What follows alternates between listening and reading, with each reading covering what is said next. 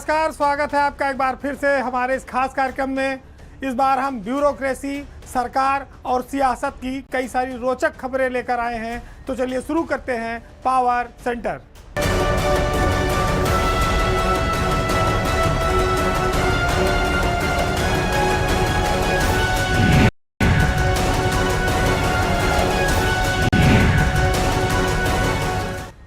पूरे प्रदेश में लोकसभा चुनाव का शोर चल रहा है।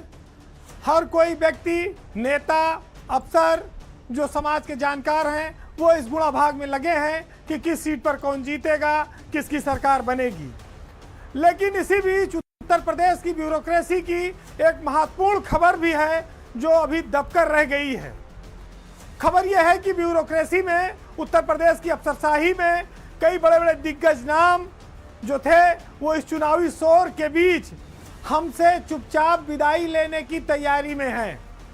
यानी कि लोकसभा चुनाव के हंगामे के बीच यूपी की ब्यूरोक्रेसी के बहुत बड़े बड़े दिग्गज अफसर रिटायरमेंट के कगार पर आ गए हैं। वो इस ब्यूरोक्रेसी की लंबी सेवा के बाद अब यहाँ से रुखसत हो रहे हैं, विदा ले रहे हैं। ये अफसर वो हैं जिनके एक इशारे पर सरकारों का रुख पलट जाता था। ये एक समय में मुख्यमंत्रियों की आंख, नाक, कान हुआ करते थे। ऐसे दिग्गज अफसर हमारे बीच से चुपचाप विदा हो रहे हैं, तो इस पर लोगों का ध्यान आकर्षण करना बनता है।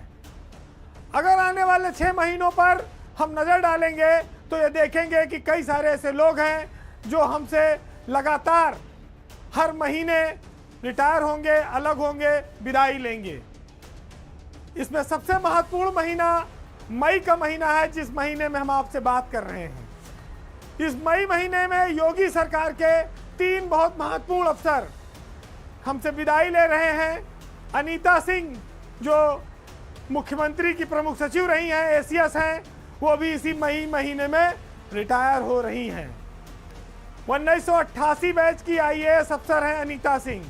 ब्यूरोक्रेसी में उनका एक बहुत बड़ा नाम रहा है और एक बेहतरीन अफसर के तौर पर उनकी पहचान रही है। उनके साथ 1987 बैच के आईएएस अफसर हैं महेश गुप्ता। महेश गुप्ता और देवीपाटन मंडल के कमिश्नर योगेश्वर राम मिश्रा, ये दोनों भी इसी महीने रिटायर हो जाएंगे। महेश गुप्ता इसी मई महीने में अनीता सिंह के साथ और उनके साथ योगेश्वर राम मिश्रा, ये 3 लोग सेवानिवृत्त हो जाएंगे। अनीता सिंह एक ऐसी अफसर रही हैं जो 2 मुख्यमंत्रियों के कार्यकाल में प्रमुख सचिव रही हैं, पंचम तल पर रही हैं। उनका एक लंबा प्रशासनिक अनुभव रहा है। दोनों सरकारों के कार्यकाल में कई सारी कल्याणकारी योजनाएं जब चली तो उसमें उनका बहुत अहम रोल था। उनकी गिनती उत्तर प्रदेश के बेहतरीन आईएएस अफसरों में होती है और कहा जाता है कि रास्ता कैसे बनाया जाता है, सरकारों की योजनाओं को सरलता से कैसे लागू किया जाता है, उसमें अनीता सिंह का कोई मुकाबला नहीं था। मुख्यमंत्रियों का उन पर भरोसा रहा। लेकिन अब वो एसीएस के पद से रिटायर हो रही हैं। मई के बाद जब जून का महीना आएगा तो 1988 बैच की आईएएस अफसर हैं राधा एस चौहान, जो अभी केंद्र में तैनात हैं। उनका भी रिटायरमेंट होना है। राधा एस चौहान के बारे में आप जानते होंगे कि उनके पति उत्तर प्रदेश के डीजीपी रह चुके हैं और वो पिछले साल सेवानिवृत्त हुए हैं, डीएस चौहान। अगस्त महीने में एक और महत्वपूर्ण व्यक्ति रिटायर होगा, रजनीश दुबे। वो इस समय राजस्व परिषद के चेयरमैन हैं और जब वो पद खाली होगा तो राजस्व परिषद का चेयरमैन चीफ सेक्रेटरी के लेवल का पद माना जाता है।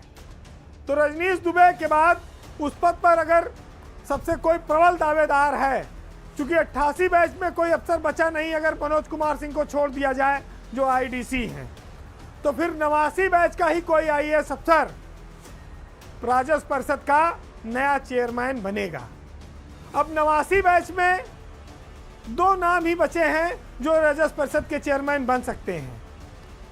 एक नाम है उसमें मोनिका गर्ग का और दूसरा नाम है मनोज कुमार सिंह का। मनोज कुमार सिंह इस समय एसीएस वन विभाग हैं, वन और पर्यावरण मंत्रालय में। मनोज सिंह अगर चेयरमैन नहीं बनते हैं तो फिर उनके बाद जो अफसर हैं उनकी नौकरी ज़्यादा नहीं बची है। नितिन रमेश गोकरण, उनका भी रिटायरमेंट सितंबर में है और वो 90 बैच के हैं। तो 90 बैच में सरकार नहीं जाएगी, क्योंकि 88 बैच अभी जिंदा है, अभी 89 बैच जिंदा है, सर्विस में है।